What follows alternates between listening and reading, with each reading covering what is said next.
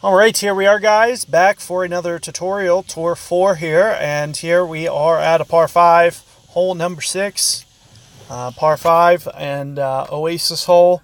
Here you can see it is one of the brand new par 5s, very challenging holes. So one of the things that you can do on this, especially if you can pull this off right, is you can hop it from one fairway to the second fairway to the third fairway.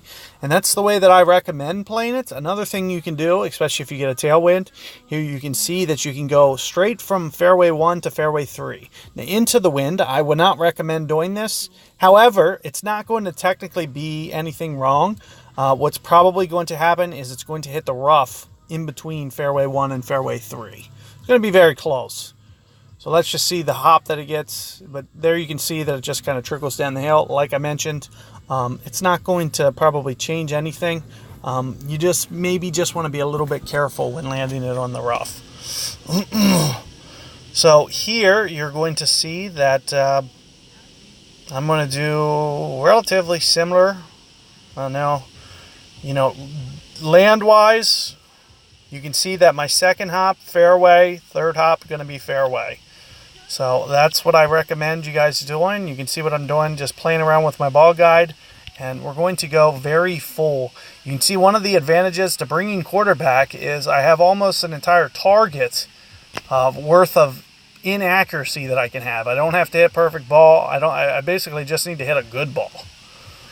And there you can see, very similar approach, but like I mentioned, you know, fairway hop 1, fairway hop 2, fairway hop 3. And let's just see lengthwise what we're talking about. I didn't read the numbers, but let's just see visually what it looks like. And it looks like I outdrove Jen here by maybe 10, 15 yards.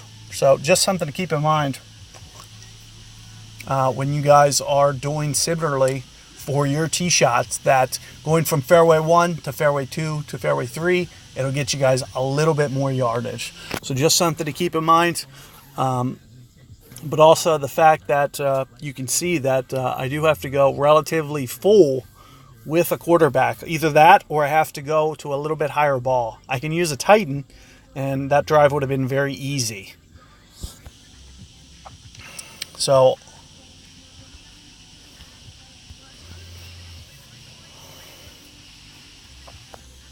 let's see if I can't get that up there as well. This is going to be a little bit tougher, especially with no ball guide. One of the things that it might be smart to do if you have a limited ball guide, using the green on the left might be a little bit smarter. So instead of going max, notice how I'm aiming left intentionally. There's a hill there that it'll run down if I do this right. And I'm also going to come off of the power just slightly. I don't really know how much. Let's just shoot for about here. And you can see even with a great ball, I should stay on the north end of the hole. We'll see. Nope. Looks like it's dropping too far. But I do recommend, you know, especially with limited ball guide, just kind of aiming left intentionally. There's a huge hill there.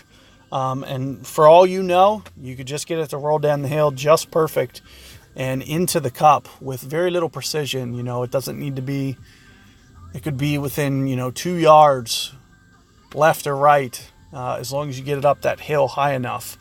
The only thing you want to avoid is accidentally leaving it up there, even though it won't technically hurt you. If it stays up there, you just, you know, might give yourself just a little testy down the hill. But there you can see that I was able to pop that in for eagle anyway. Even with limited clubs, you know, quarterback Viper, it's not going to make or break your round. And here you can see we got the Glen Monarch hole here that we're doing. And, you know, one of the ways that I recommend doing this one, Guardian, that's going to be a nice club for this hole.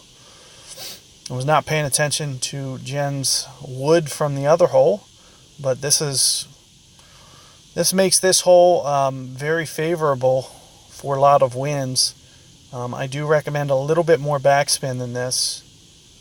You see, maybe a short hit? No. This is going to come in too deep.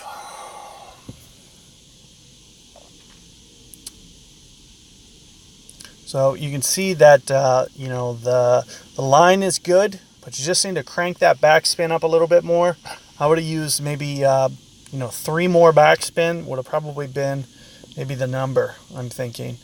But aside from that, you know, we're going to go right in here.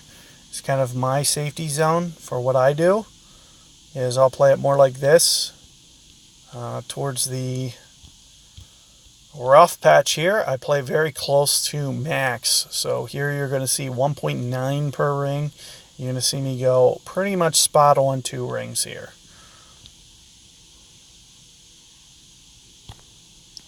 And there you can see I was able to grab perfect ball and get it to come in there relatively nicely. And all things considered, not too bad. Not too bad.